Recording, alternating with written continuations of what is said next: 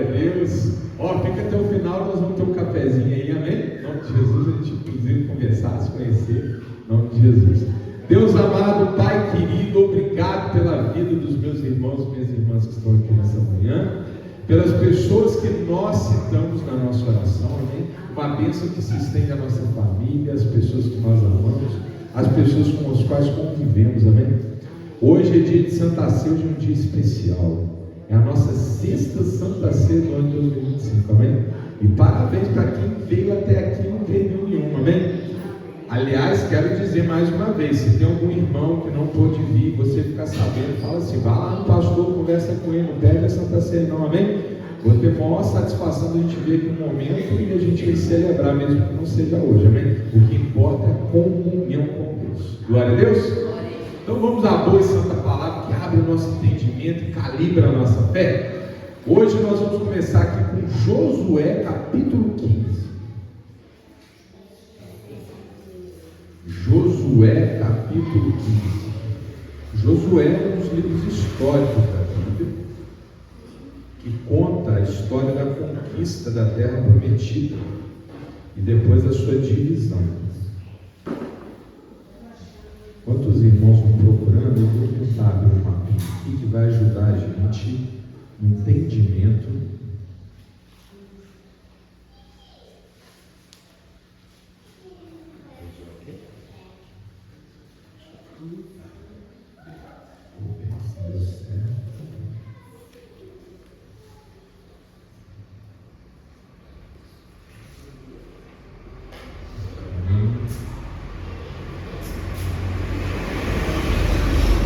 hoje é uma bênção, né? Muito glória. Vida bacana. Chegou no capítulo 15, abra por favor no verso 15. Josué, primeiro livro histórico, depois do Pentateuco, né? Então está lá Gênesis, Êxodo, Levítico, Número, Deuteronômio, Josué. É o sexto livro da Bíblia. Ele já não é o Pentateuco, ele já é o primeiro livro histórico. Depois vai vir Juízes, amém? Essa passagem aqui conta a história de um casal, amém? Nós estamos na semana da celebração do Dia dos Namorados, não é assim? Dia 12 é o Dia dos Namorados, né? Ah, isso é bíblico, pastor? Não é não. Aliás, Dia dos Namorados todo dia, amém? Ah, mas eu não sou mais namorado, eu sou marido, eu sou esposo. Namorado, amém? Não pode parar, não, amém? Tem que continuar sendo namorado. Casamento é nada mais que um namoro, mas, né? É um namoro sem volta, né? Né, irmão? É um namoro que não tem como recuar, já foi consumado, amém? Mas continua sendo namoro. Ah, mas é um dia que tem a ver com pagamento. Meu irmão, nem sei por que é a origem do dia 12. Mas eu quero dizer que nós não somos o crente chato, né? Que fica apontando tudo. Não, a gente aproveita às vezes algumas ondas, né? Como a sociedade está falando, né? De Dia dos Namorados, a gente anda pela rua, tem um monte de coraçãozinho, né? A gente vai ver aí na mídia, né? Parte do comércio principalmente. Vamos aproveitar esse momento e vamos refletir sobre a vida sentimental e a vida em casal. Amém? Nós temos a oportunidade, né, de pensar como que nós somos como marido, como esposa, ou como uma pessoa que está procurando, né? Por isso que eu gosto mais de trabalhar com a ideia de vida sentimental para além de vida de casal, porque tem ainda o tema do controle, amém? Então essa pessoa também precisa refletir sobre a sua vida, para na hora de escolher de maneira adequada. Então hoje nós vamos falar sobre a história de um casal que teve um impacto muito importante na história de Israel. Vamos começar pela situação em que esses dois se juntam, e quero chamar a atenção para o comportamento de cada um deles. Amém? Todos comigo? Quem não tiver aqui pode acompanhar no telão. E dali subiu aos habitantes de Debir, e fora dantes o nome de Debir, Kiriat Sefer. Estamos no contexto, meus irmãos, no contexto do livro de Josué, o contexto da conquista da terra prometida, amém? Então, nesse momento aqui, estava acontecendo uma guerra de conquista de uma certa região, que é a região do sul de Israel, onde mais tarde teremos a terra de Judá, e mais tarde ainda será o reino de Judá, amém? Eu quero mostrar aqui para vocês rapidamente, só para a gente localizar. Vamos ver se vai dar certo. Deu certo agora.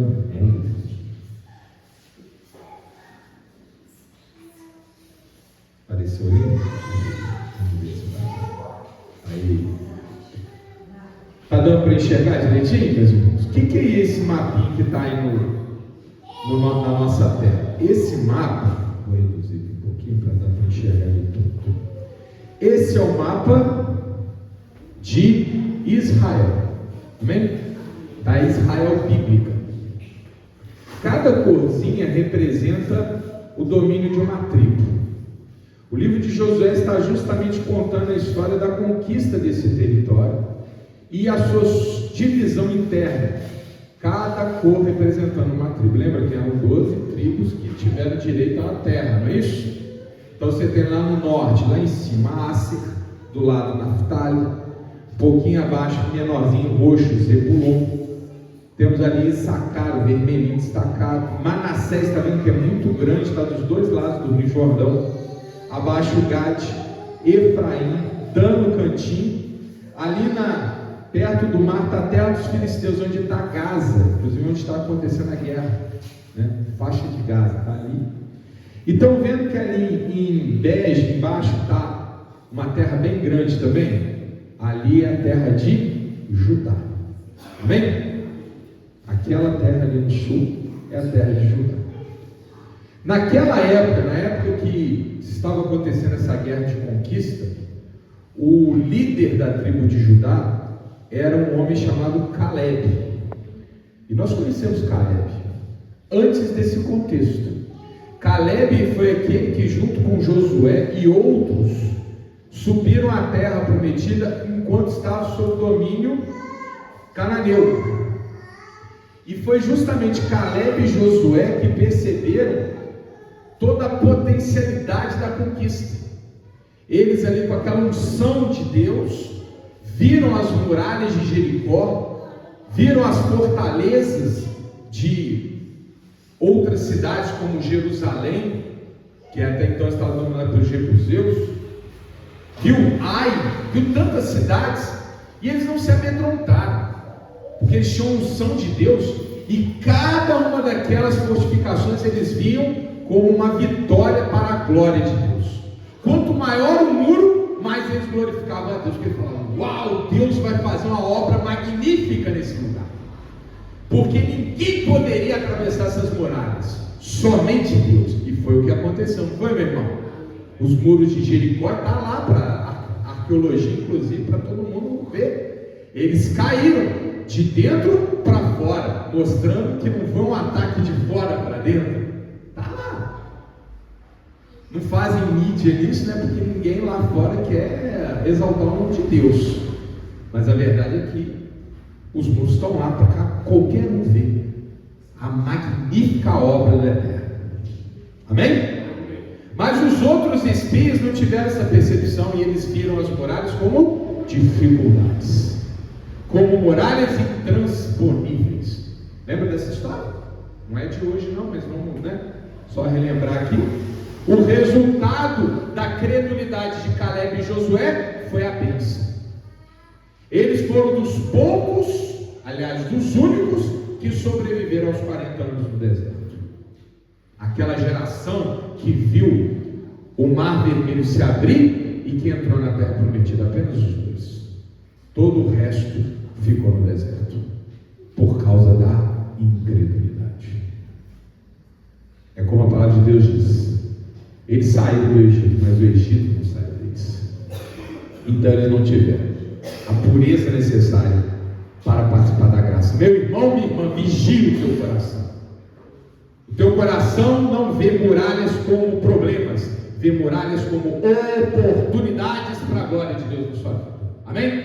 Quanto maior o problema, maior é a manifestação do poder de Deus na sua vida, quando essa muralha cair. Caleb, então, líder da tribo de Judá, recebeu por herança todo esse território aí, Beze, que está ao sul. E esse território é muito árido, é um território de deserto. Amém? E ele precisava ser conquistado. Então Caleb pegou daquela nova geração de membros da tribo de Judá, varões, homens de guerra, e liberou esses homens para conquistar, expulsando os cananeus, os estrangeiros desse território. E chegou um momento em que a luta foi para a cidade de Debir. Tenta localizar, não sei se você vai conseguir enxergar, vamos ver se o cursor mostra. Vocês estão vendo o cursorzinho aí, ó? Tá vendo esse xizinho aí? O xizinho está em cima da cidade de Debir. Dá para enxergar ou não? Olha lá, ó. Isso, obrigado, Mariana. Debir, tá vendo? Essa cidadezinha de Debir aí. Essa cidadezinha, embora pequenininha, ela era ocupada por gigantes, assim diz a Bíblia. Gigantes, nefilins. Ou seja, lembra lá de Golias? Lembra de Golias que lutou contra Davi? Aliás, Davi lutou contra Golias? Pois é, daquela estirpe, homens grandes, poderosos. Debir era ocupada por esses homens. Era fácil ou difícil conquistar Debir? Difícil, humanamente falando, não é? Difícil, tem que ser gigante, não é fácil. Então, como era muito difícil, agora nós vamos sair com o como era muito difícil lutar e vencer em Debir, Caleb colocou um grande prêmio para o general que conseguisse expugnar aquela terra, conquistar aquela terra. Vamos lá? Ó, Debir, Kiriat-Zefer. Olha lá. E disse Caleb: quem ferir a Kiriat-Zefer, ou Debir, sinônimo também, na mesma cidade, e a tomar, ou seja, conquistá-la, lhe darei a minha filha, Axa, por mulher. Amém? Era o costume da época. Quando um líder dava sua filha em casamento, na verdade ele não estava apenas oferecendo o matrimônio, mas estava oferecendo uma aliança política. Era uma oportunidade de você ascender, amém? Imagina você ser, né? Você ter o líder como sogro, né? Você ser parente do líder. Isso era um privilégio. Quem então se apresentou foi à luta e venceu Debir. Este homem aqui. Tomou-a, pois, Otiniel, filho de Kenaz, irmão de Caleb, e este deu-lhe a sua filha Axa por mulher. Então vamos lá? Otiniel, que era sobrinho de Caleb, mas nessa época, meu irmão, era tribo, amém? Então era todo um parente. Todo um parente. Tribo era parente. Todos vieram de Judá, um dos filhos de Jacó. Então era todo um parente, amém? Então o filho do irmão de Caleb, esse homem aqui, Otiniel, ele meio que fez aquela, né, que a gente faz sempre, né? Eis-me aqui. É para batalha? Vou fundo, amém? Vou para cima, vou para frente. Eu não nasci para ser caldo, eu nasci para ser cabeça. Otiniel não fugiu do problema, ao contrário, ele enfrentou o problema. Ele foi atrás do grande prêmio, enfrentou os gigantes, venceu os gigantes, tomou a cidade de Debir e ganhou o grande prêmio. Meu irmão, minha irmã, para trás nem para tomar um impulso, amém? Crente é para andar para frente, crente é para ser vitorioso. Nós estamos na presença do maior poder do universo. Se a gente não tem confiança na presença de Deus, é que está faltando fé. Não importa se seja um gigante, não importa se seja uma grande muralha, se Deus é por nós, essa muralha vira manteiga, esse gigante vira rato. Amém? Tem que ter confiança. O Otiniel teve confiança. Aqui não está explícito, mas implicitamente nós estamos entendendo que o Otiniel é um homem de fé, ousado na presença de Deus. Então ele foi para cima da cidade, venceu os nefilins, tomou a cidade e recebeu o prêmio, o casamento com Axa. Amém? Meu irmão, minha irmã, o casal é feito de quantas pessoas? Duas, né? Digamos que até aqui, Otiniel fez a parte que lhe competia. Ele venceu os gigantes e tomou para si Axa. Mas a partir desse momento, não é mais Otiniel. E daqui a pouco vocês vão ver quem será Otiniel para a história de Israel. Quem já conhece a Bíblia mais a fundo já sabe o que eu estou falando. Otiniel se casa com Axa. A partir desse momento não é mais Otiniel. Agora é o casal. Amém? Até que Otiniel mostrou um bom desempenho. Mas a vida dele agora vai ser diferente. Ele tem uma companheira que pode ser o combustível ou que pode ser o freio. Até aqui ele fez o que tinha que fazer, concorda comigo? Mas agora o Otiniel não é um homem, o Otiniel é o marido de uma esposa, ele é parte de um casal. Pode ser que a partir desse momento, essa trajetória deslumbrante segue. Ou pode ser que essa trajetória deslumbrante agora se torne uma trajetória sobrenatural.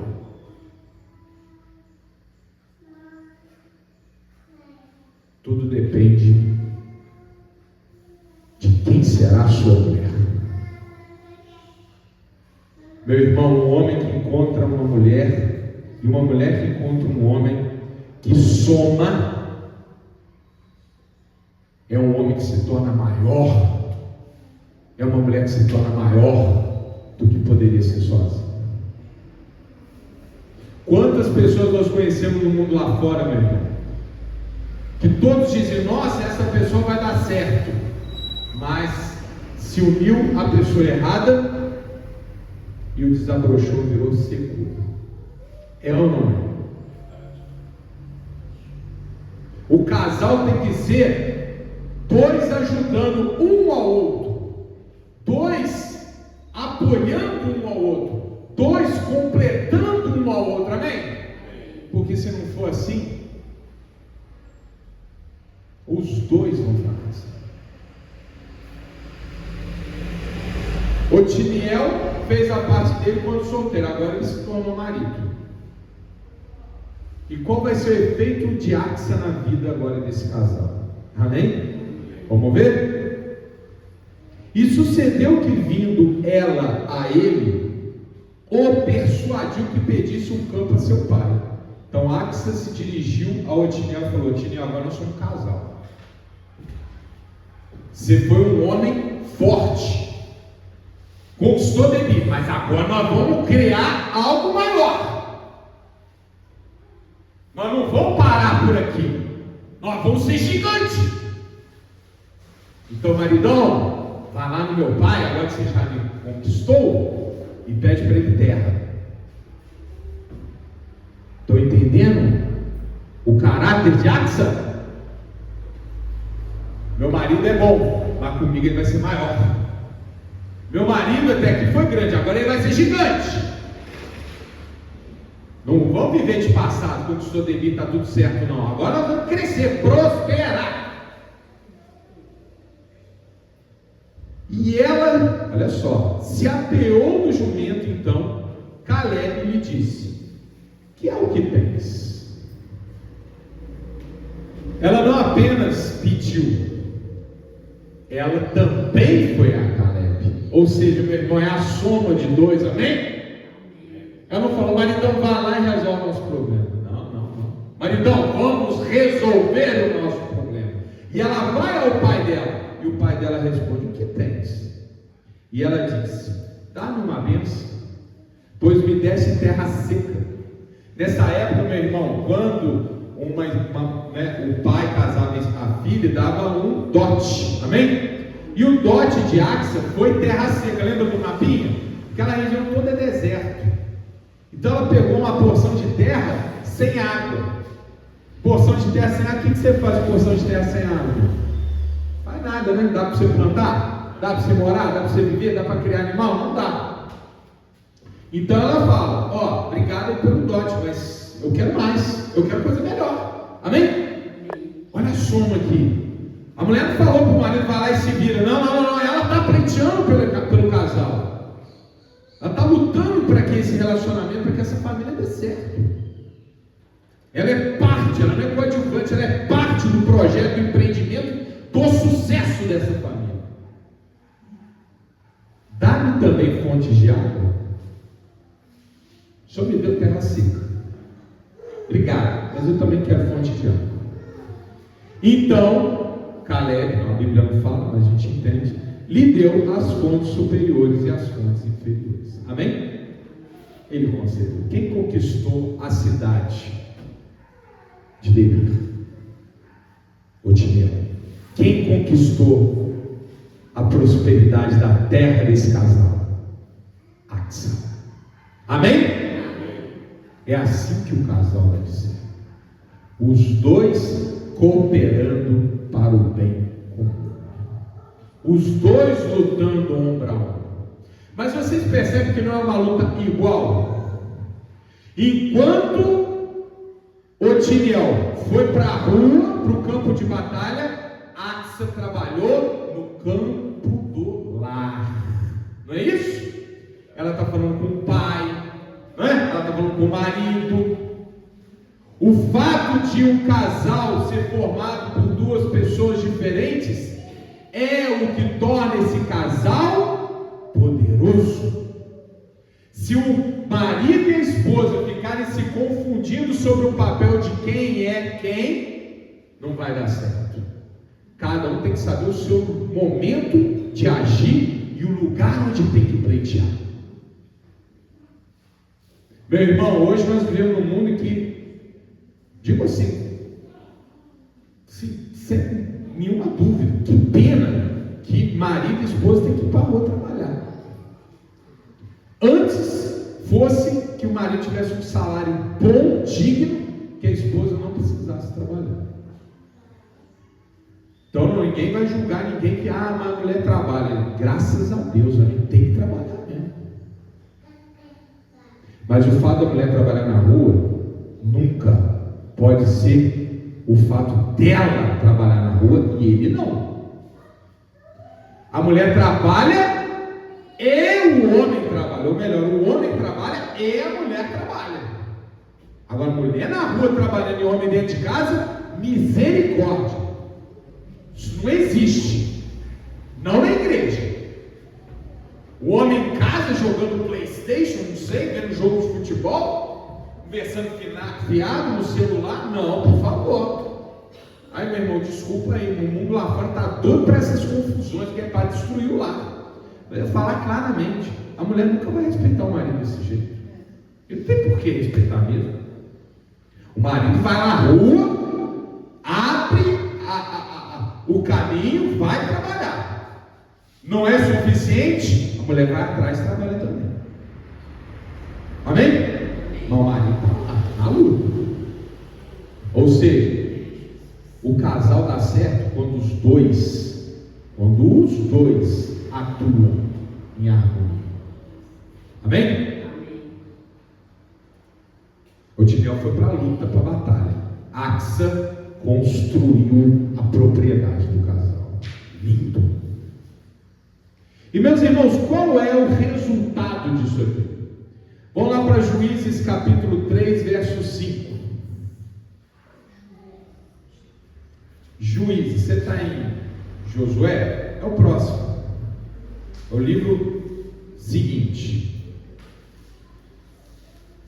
Você está em Josué, próximo livro, Juízes. Chegou no capítulo 3, abra por favor no verso 5. Olha o resultado de um casal em que os dois se apoiam, em que os dois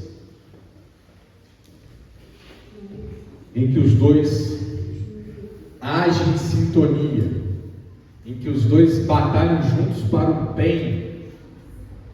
do casal e da família.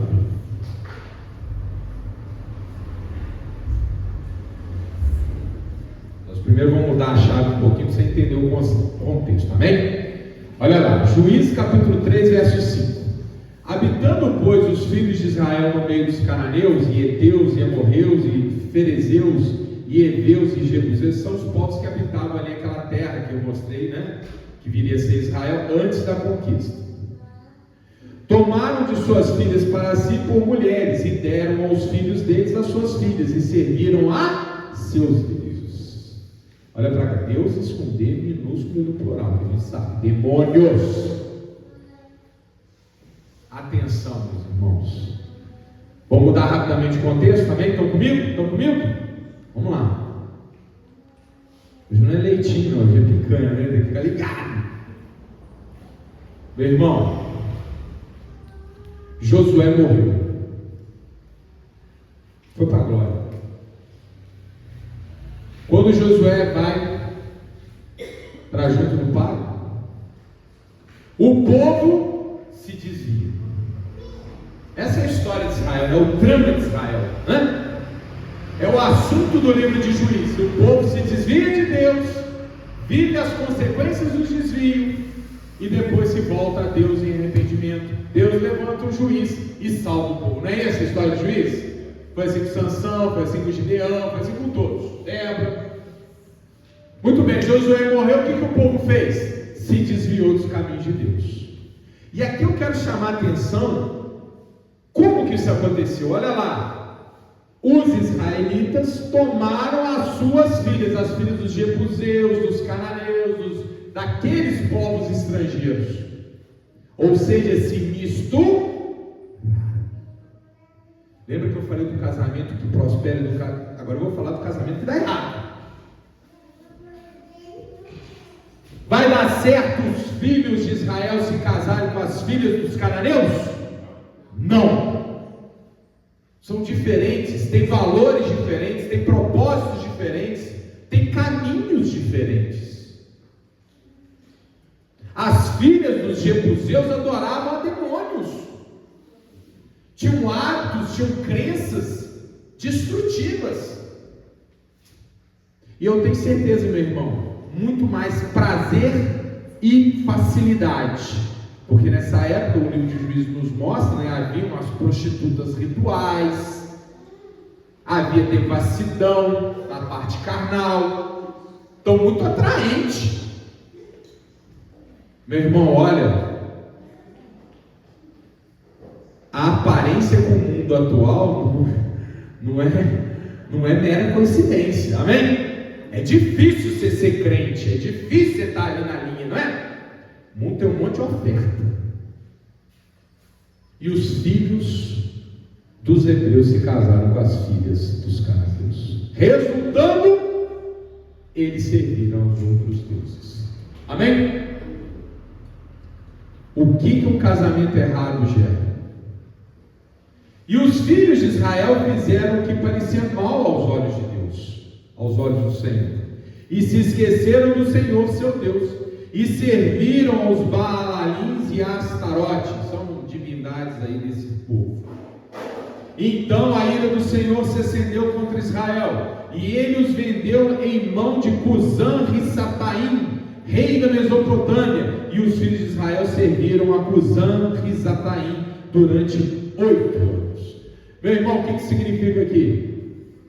O povo não se desviou de Deus? Sim ou não? Olha lá, se acendeu contra Israel a ira do Senhor. Depois você pega lá, está lá em Romanos capítulo 1, verso 15, por ali, explicando o que é a ira de Deus sobre o mundo desviado. Sabe o que é? Sabe o que é a ira de Deus? Vai lá em Romanos, depois eu vou lá em Romanos e mostro para vocês. Sabe qual que é a ira? Qual que é a representação da ira de Deus nesse contexto? É isso aqui, ó. Ele vira as costas para o povo. Vocês não me querem como Deus? Então vivam como querem. Virem-se. E o que acontece quando o povo não conta com a mão protetora de Deus? Vem um estrangeiro escraviza o povo. O rei da Mesopotâmia, esse homem de nome esquisito aí, vamos chamar ele só de Cusã. Cusã vai lá e oprime o povo. E fica oprimindo o povo durante 8 anos. Amém, meus irmãos? Deus, quando confrontado em piedade e injustiça, Ele entrega os seres humanos ao seu próprio governo. E quando isso acontece, o diabo ri, abraça e destrói. O povo fica sob o controle do estrangeiro durante 8 anos. Por quê? Porque Deus não olhou pelo povo? Não, porque o povo não queria ser olhado por Deus. Está vendo o resultado do casamento errado? As filhas dos hebreus se misturaram com as filhas dos cananeus. E a partir da influência errada, adoraram aos deuses estranhos. E quando adoram a demônios, Deus não pode se misturar. E diz: não me quer, tudo bem, vire-se. E o resultado, o estrangeiro vem e oprime o povo. 8 anos de escravidão.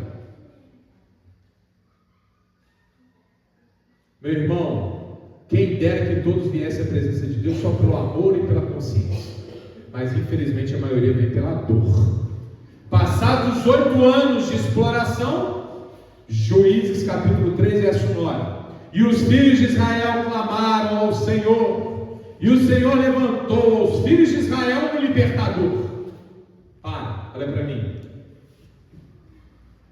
O povo então, arrependido, volta-se a Deus, fala: Deus, Senhor, livre-nos do mal.